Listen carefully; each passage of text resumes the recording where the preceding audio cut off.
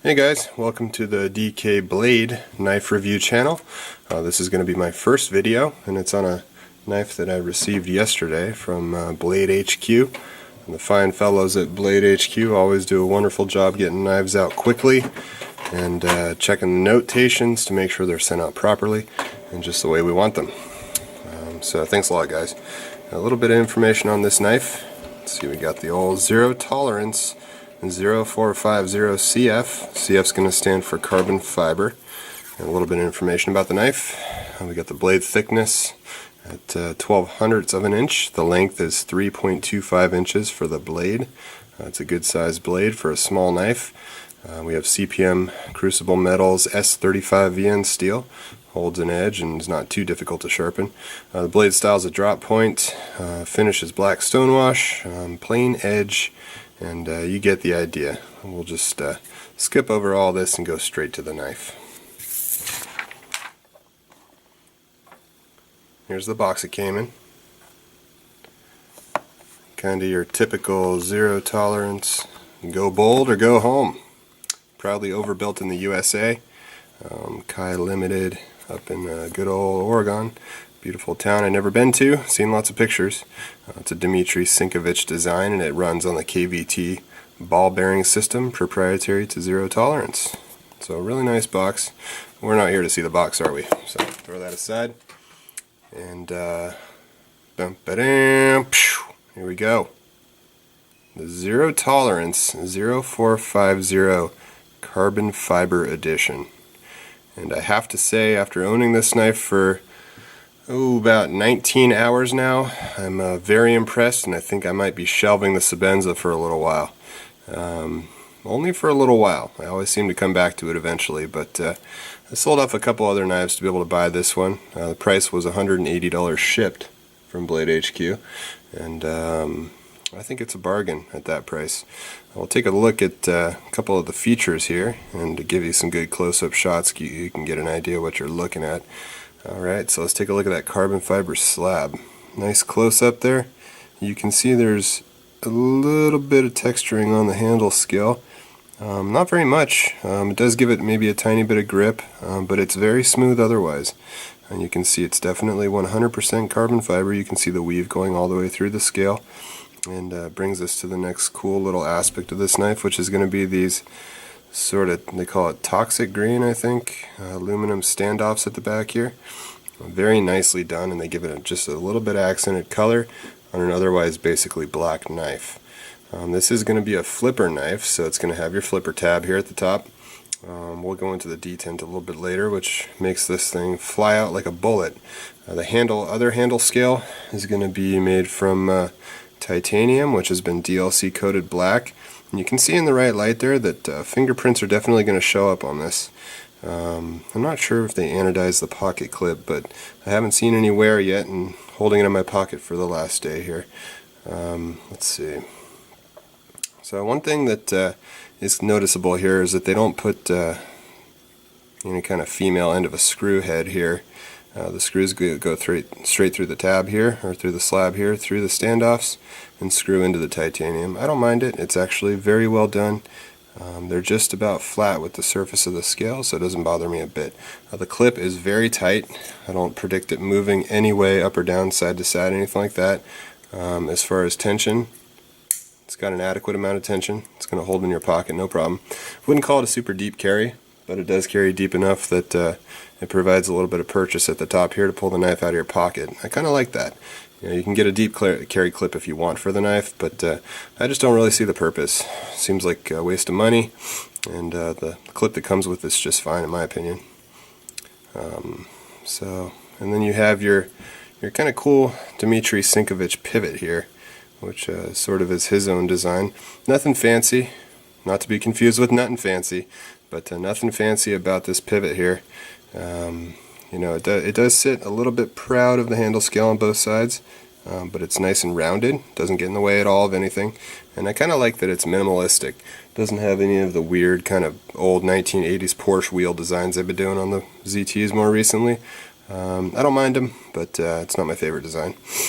Alright, we have our lock bar insert here, which is going to use stainless steel on the inside, which is going to come in contact with our stainless steel blade tang, which is great. Unless you're a Chris Reeve knife and you kind of mastered the art of carburizing or carbidizing the blade tang so that titanium and steel can mate without ruining titanium over time, I appreciate a stainless steel insert, which, you know, over the course of a few years probably will wear down to the point where it needs to be replaced. Can't imagine that happening any sooner than that. One thing I noticed here is, keeping on with the Chris Reeve theme in association with this knife, is the absolute perfection in the machining. I mean, the carbon fiber has been cut and beveled at the edges just absolutely perfectly. There is no imperfection in the way this thing is machined out. The titanium as well is perfectly done. Blade centering, which I did specifically request from Blade HQ, which I always do. I appreciate a centered blade with an even grind, and I don't think there's anything wrong with that. You guys can probably agree with me on that. So blade centering is just about perfect. You can take a little closer look, and I honestly can say that it's about as spot on as anything could ever be in the knife world. Let's see here. Also, the jimping, another word that is commonly used. The jimping on the blade is lightly beveled on the edges, as you can see there. On both sides it's even, and the jimping is cut evenly across the back of the blade spine here. Very nicely done. There is some jimping inside which never comes in contact with your finger, which I think was just done, you know, for the heck of it. Why not make the knife look a little bit nicer there. Jimping as well on your flipper tab here is beveled all the way around. Let's see if I can get that to focus. And provides a really nice grip on the finger when flipping this guy open. Which brings us to the action. The detent on this thing is ridiculous. I was trying really hard to shake it out earlier in my car. I finally was able to whip it, kind of Spidey drops, not Spidey drop, but whip it open like this. But it took more pressure than you would ever need to use on any kind of knife. And just to give you an idea, kind of get a close up here, pulling it out to about that point right there before it wants to go. And when it gets down to there, it's gonna lock shut. You're never gonna open this thing accidentally. But it brings us to the flipping. Absolutely spot on. This is the only flipper I own, although I have handled quite a few, and I have to say that it is just top notch in every way possible. You can flip it from, you can flip it horizontally, you can flip it vertically, which, sorry guys, out of the camera there. But the flipping is amazing on this thing, and that's due in large part to that detent. The detent holds it. You don't have to load it up like you would in some knives to flip it, although you can if you want to. It's just going to make it come out even faster. You just don't have to, you know, just a soft flick. Nothing really required of it. So that brings your blade out at light speed, which brings me to the blade. Good old zero tolerance. It is DLC coated. One thing I did notice here is if you look closely you can see the grind lines, and I'm not sure if it's the grind lines or if it's just how the DLC coating is applied, but it's only on this side. This side over here is, well, actually, let's see. This side over here is,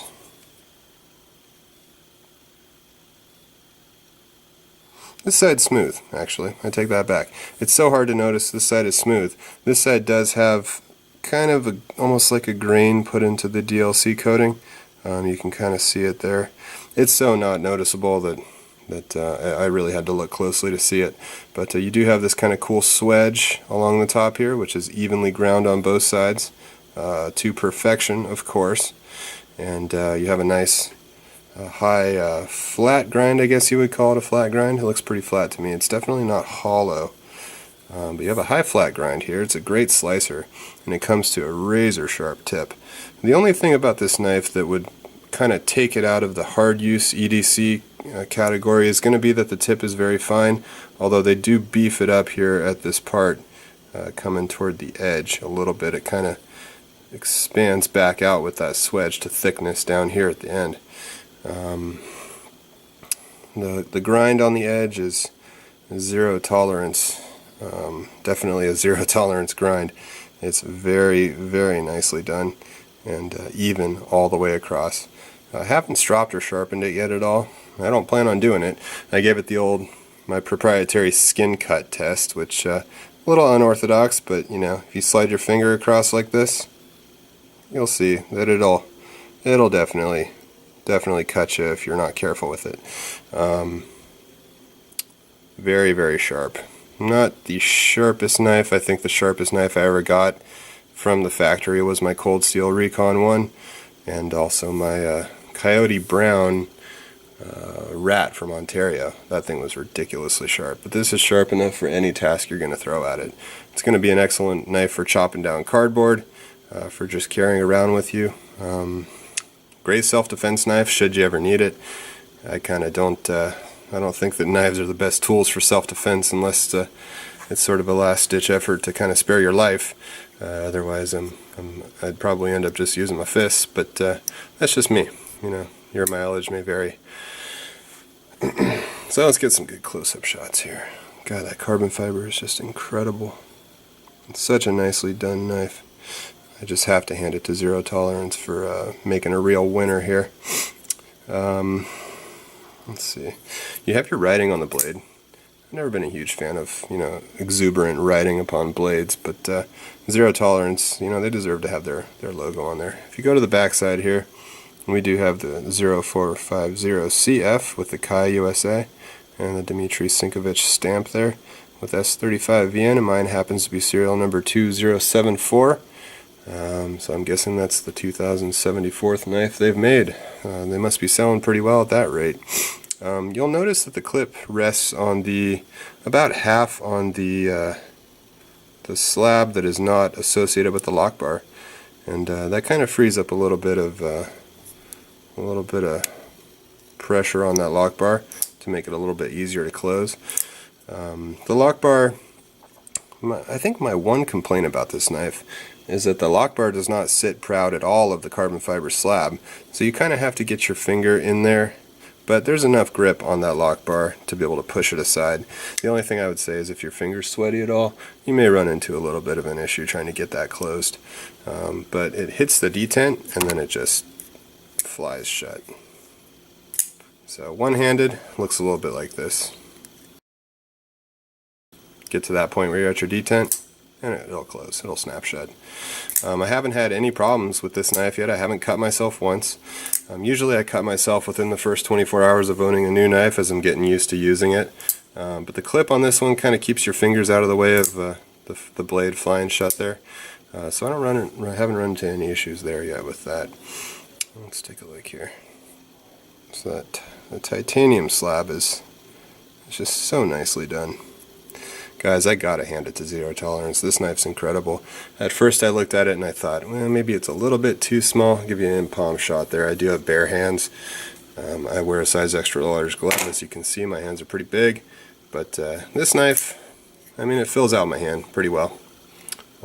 Your thumb wants to fall onto the jimping, you know, immediately, which is great. And I can get 4 fingers in here if I need to. This finger sits comfortably down here at the end in sort of a more relaxed type of grip.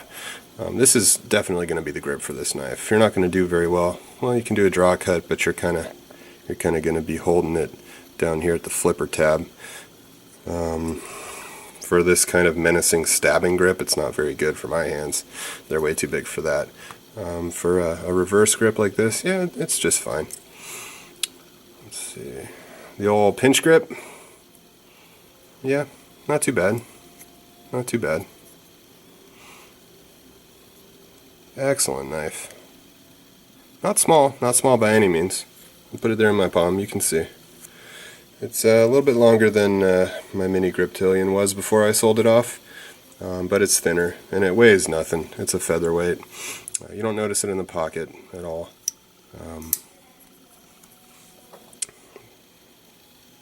Yeah, what else can I say about this guy? Really cool. Really happy with it. I'll probably hold on to it. I haven't decided yet 100% because I do like to sell knives and buy new ones to test. But again, this is my first video, so I appreciate you guys watching it. Direct any comments down below. If you have any questions, feel free to ask. I'm hoping I can make a little bit more money here and maybe bring some more reviews on different knives to you guys. And I appreciate you watching this video on this awesome 0450 carbon fiber edition from Zero Tolerance. Proudly purchased at BladeHQ.com. And one more time here. Alright guys, God bless the troops, and you all take care. Bye now.